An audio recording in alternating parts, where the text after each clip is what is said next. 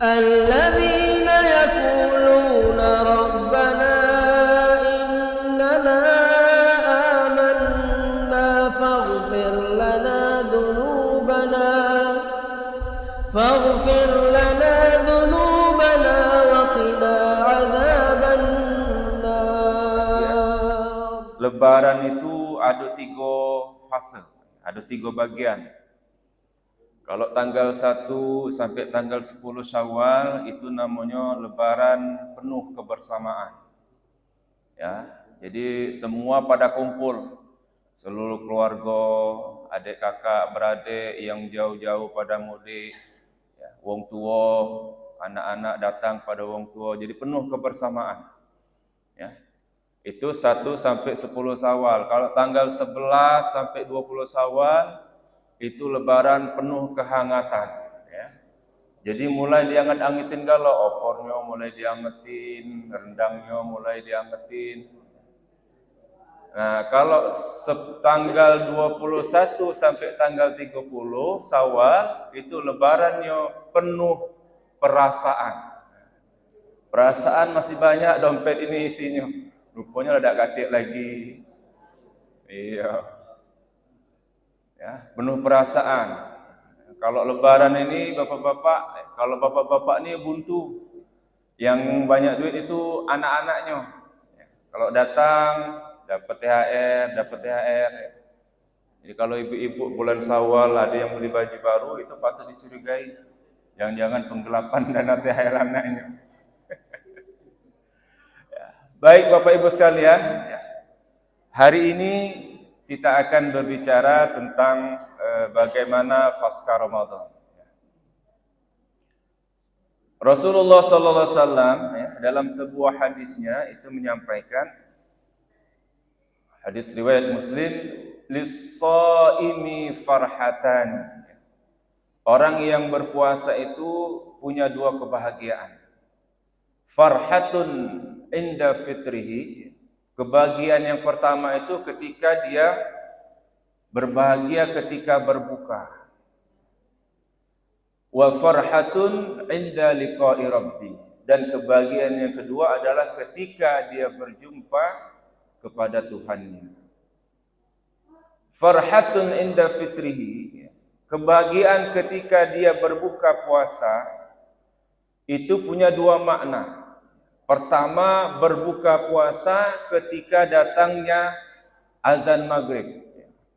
Siapa yang tidak senang pas azan maghrib datang? Wah, kalau kita dulu, zaman kita kecil dulu itu, seneng nian kalau dengar azan maghrib, ya. Sampai ada anekdot, ya. Wong buka, ya, pas dengar azan maghrib, katanya belum pak itu. Bukan azan maghrib itu azan zuhur. Tapi kok mirip katanya. Itu betapa senangnya ketika datangnya azan. Jadi siapapun, ya, orang yang berpuasa, nak besar, nak kecil, kalau sudah datang azan maghrib pasti senang. Karena itu sudah fitrah kita, naluri kita. Kebahagiaan ketika berbuka puasa datangnya azan maghrib. Nah, berbuka puasa yang kedua itu maknanya juga adalah pada saat datangnya 1 Syawal, pada saat hari raya Idul Fitri. Nah, itu juga siapa yang tidak senang kalau datang hari raya Idul Fitri, ya. Sampai dihitung-hitungi puasa itu lah hari keberapa. Kalau dulu, sekarang tidak katik lagi di TV itu, ya. Kalau dulu 3 hari lagi lebaran gitu. Nanti besoknya 2 hari lagi lebaran, tidak katik lagi di TV tahun ini. Mungkinlah mahal kali iklan. Terima kasih Bapak. Seperti itu. Nah, kebahagiaan yang kedua adalah ketika bertemu dengan Tuhannya. Nah, dari hadis ini, Bapak Ibu sekalian, ya, Ibnu Rajab Al-Hambali itu membagi 2 tingkatan puasa itu. Ya. Pertama, ya, orang yang berpuasa yang hanya sekedar menahan makan, menahan minum, menahan syahwat, kemudian menahan hal-hal yang membatalkan puasa, maka kata Ibnu Rajab Al-Hambali rahimahumullah, orang yang seperti ini bahagianya itu pada bahagia yang pertama kata hadis Rasulullah tadi. Wa farhatun inda fitrihi. Ya. Kebahagiaannya hanya sekedar ketika dia berbuka puasa dan sekedar pada saat 1 Syawal. Nah, puasa pada tingkatan kedua menurut Ibnu Rajab Al-Hambali rahimahullah adalah orang yang berpuasa menahan diri dari semua yang diharamkan oleh Allah Subhanahu wa ta'ala. Maka orang yang berpuasa pada tingkatan ini adalah orang-orang yang dia selalu memikirkan kematiannya. Dia selalu memikirkan kehidupan akhiratnya. Dan tidak terlalu mementingkan perhiasan atau kehidupan dunia. Dan orang yang pada tingkatan puasa yang kedua ini adalah orang-orang yang senantiasa menjaga kepalanya, kemudian perutnya dari semua hal-hal yang diharamkan oleh Allah Subhanahu wa ta'ala. Jadi makna puasa pada tingkatan kedua ini ya, itu makna puasa yang universal, yang sangat dalam, yang sangat besar. Maka beliau mengatakan fahadza Idul Fitrihi.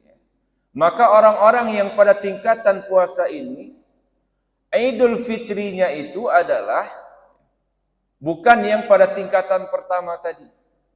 Fahadza Idul Fitrihi yauma liqa'i rabbih. Maka orang yang berpuasa seperti ini adalah hari Idnya ketika dia berjumpa dengan Allah Subhanahu wa ta'ala. Wa farhatun, dan kebahagiaan mereka adalah liru'iyatihi, ketika melihat wajah Allah Subhanahu wa ta'ala. Bapak-bapak, ibu-ibu, ya, insya Allah di surga nanti kita tuh akan melihat Allah. Wajahnya Allah tuh kita akan diperlihatkan. Dan tidak ada kebahagiaan yang paling indah ya di surga itu. Kita tahu surga itu penuh kenikmatan, penuh kebahagiaan. Tapi semua kenikmatan, semua kebahagiaan itu akan hilang, akan tidak terasa ketika kita diperlihatkan wajah Allah Subhanahu wa ta'ala di surganya nanti. Oleh karena itu dari sini Bapak Ibu sekalian, ya, itu ada istilah ya, kun Abdullah ya, wala takun Abdur Ramadan. Maka jadilah hamba Allah dan jangan menjadi hamba Ramadan. Orang-orang yang menjadi hamba Ramadan yaitu orang-orang yang ketika berpuasa Ramadan, ketika datang hari berpuasa Ramadan, mereka taat melakukan kebajikan-kebajikan, melakukan amalan-amalan yang diperintahkan, mengisi hari-hari Ramadan. Tapi ketika Ramadan selesai, maka selesailah semua ketaatan, semua amaliyah yang dia lakukan di bulan Ramadan itu. Itu namanya hamba Ramadan. Ramadan biasanya rajin ke masjid. Tadinya sholatnya di rumah. Karena Ramadan termotivasi melakukan sholatnya di masjid. Tapi ketika selesai Ramadan, sholatnya balik lagi. Alah malas lagi ke masjid. Sholatnya tetap balik lagi cak dulu, balik ke rumah sholatnya. Ramadan, ya, selama Ramadan dia rajin baca Quran. Begitu selesai Ramadan, selesai pula baca Quran. Ramadan rajin masuki kecelengan, sedekah, infak. Begitu selesai Ramadan, selesai pula masuki celengan tadi. Biasa bawa duit 5.000, 10.000, habis Ramadan selesai pun. Nah, inilah hamba Ramadan. Maka pesan pribadi saya juga kepada Bapak sekalian, kita jangan menjadi hamba Ramadan, tapi jadilah hamba Allah. Orang yang menjadi hamba Allah, nak Ramadan, nak Syawal, nak Muharram, maka ketaatan itu tetap dilakukan. Justru Ramadan itu menjadi training center, pusat pelatihan, ya, pusat pembiasaan. Karena memang Ramadan itu bulan penuh hikmah, ya, penuh keberkahan, sehingga untuk melakukan motivasi kebaikan itu besar dibanding dengan bulan-bulan yang lain. Tapi maksud Allah, supaya apa yang kita lakukan selama kita 1 bulan Ramadan itu menjadi habit, menjadi kebiasaan, yang habit itu kita bawa ke bulan Syawal, ke bulan-bulan selanjutnya. Bukan selesai Ramadan, selesai pula. Jadi yang biasa baca Quran di bulan Ramadan, maka teruskan. Kalau misalnya bapak-bapak, ibu-ibu ada yang tidak selesai khatamnya di bulan Ramadan, jangan berhenti. Sudahlah.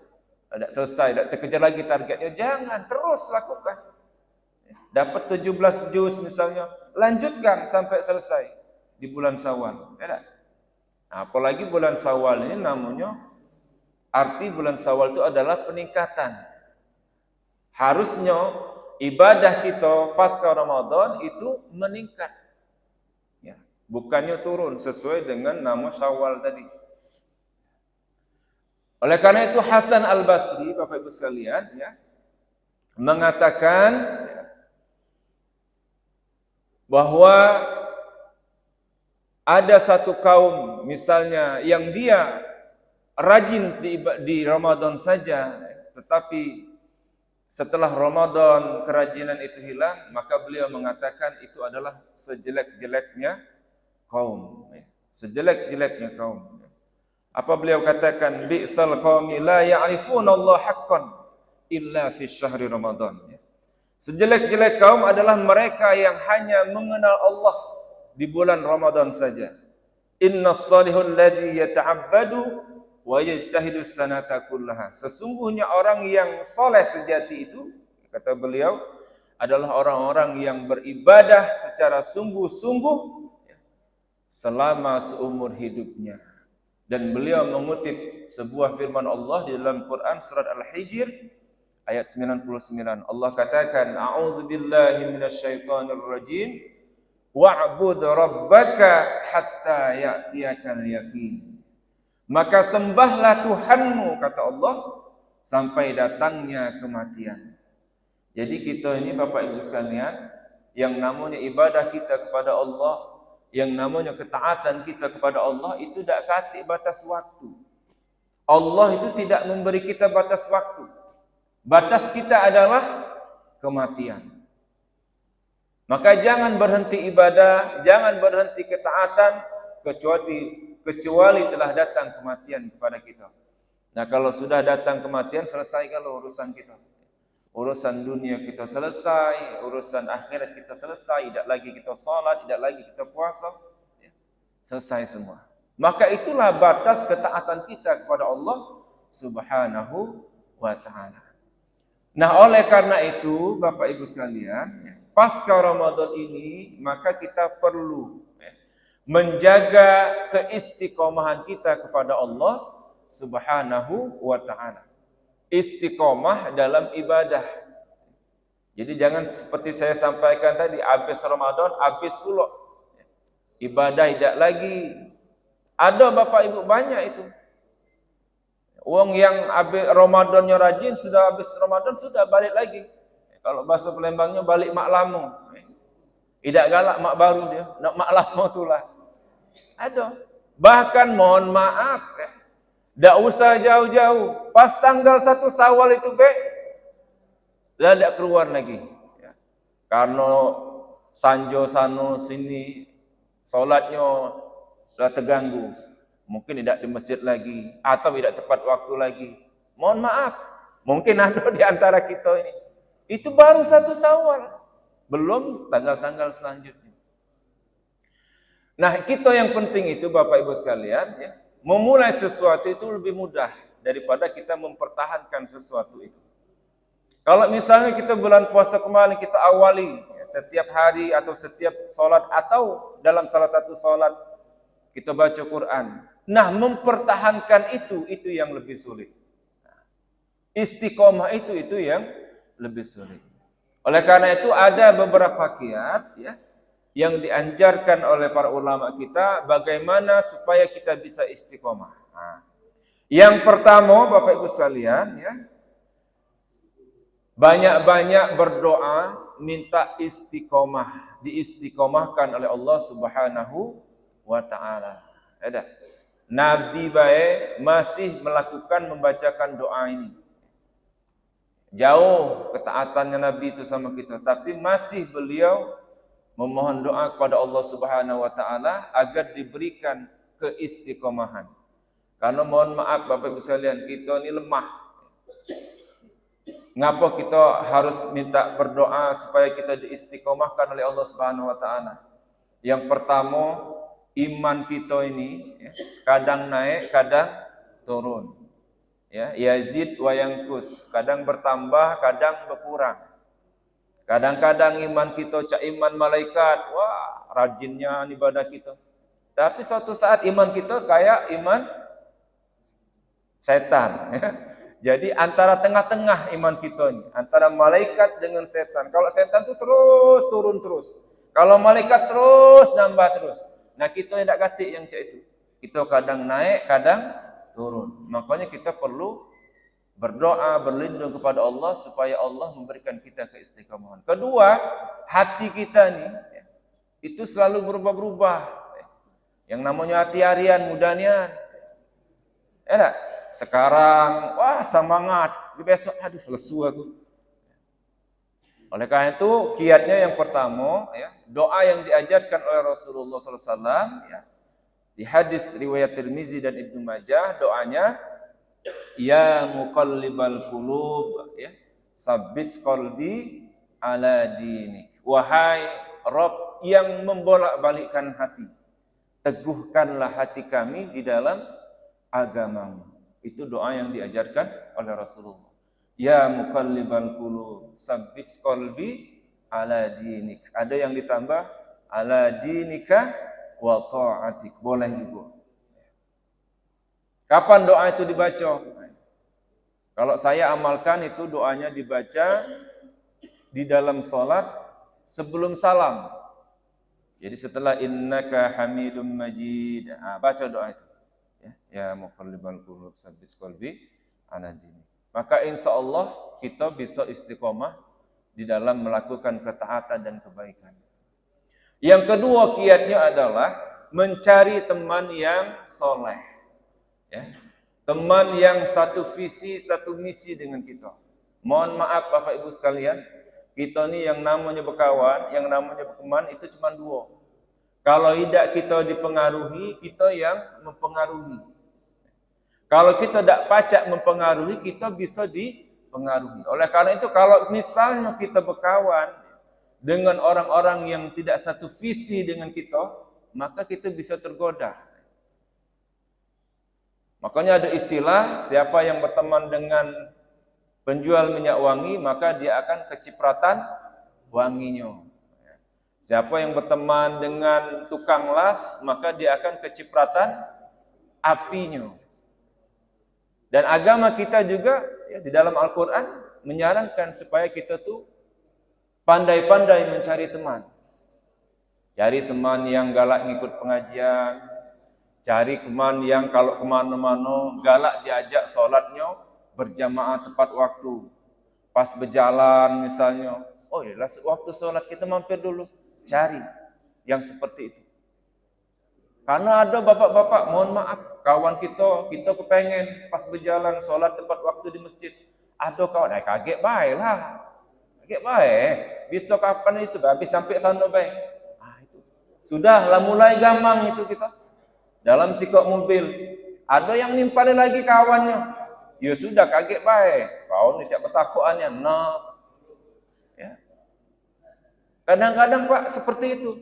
Tapi ada kawan, yuk kita salat dulu, mampir dulu kita. Nah itu yang lemah. Kawan yang galak diajak ke pengajian. Makanya kawan itu memang sangat mempengaruhi. Kalau kita kumpul-kumpul di majelis seperti ini, ya, kan kata Opik itu tombol hati ada 5.